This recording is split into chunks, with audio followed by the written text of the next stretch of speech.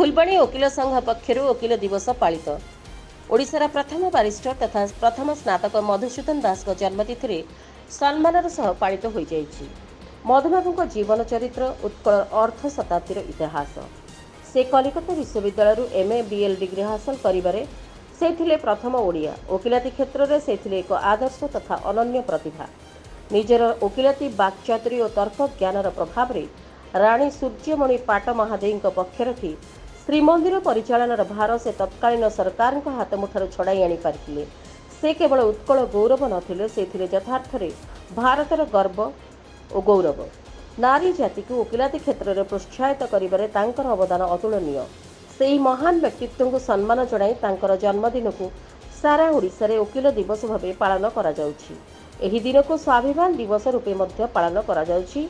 एही अवसर में फुलबाणी वकिल संघर सभापति निरोध कुमार पात्र नेतृत्व में कोर्ट परिसर में थिबा मधुबाबू प्रतिमूर्ति रे पुष्प माल्यार्पण करा जायतिला। परे मधुसूदन पार्क रे थिबा मधुबाबू प्रतिमूर्ति रे पुष्प माल्यार्पण करा जायतिला।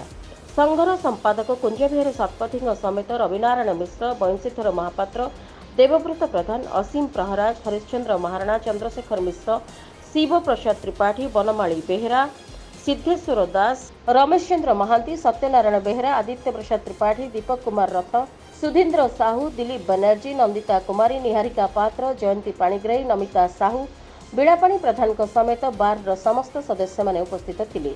संध्यारे स्थानीय गांधी स्मृति भवन ठारे एक आलोचना चक्र सह पुरस्कार वितरण उत्सव अनुष्ठित होइतिला। एही उत्सव में मुख्य अतिथि भाव अतिरिक्त जिला दौराजज तथा विजिलेंस विचारपति श्री समर विलास बेहेरा जोग देइथिबा बेले सम्मानित अतिथि भाव में एजीए ओडिशा उच्च न्यायालय सम्मानित सदस्य विभू प्रसाद त्रिपाठी जोग देइथिले। सेहीपरि मुख्य वक्ता भाव वरिष्ठ सांबादिक तथा media group editor Shri Sandeep Mishra जोग देइ वकिल मानक विभिन्न समस्या सुरक्षा पर आलोकपात करथिले।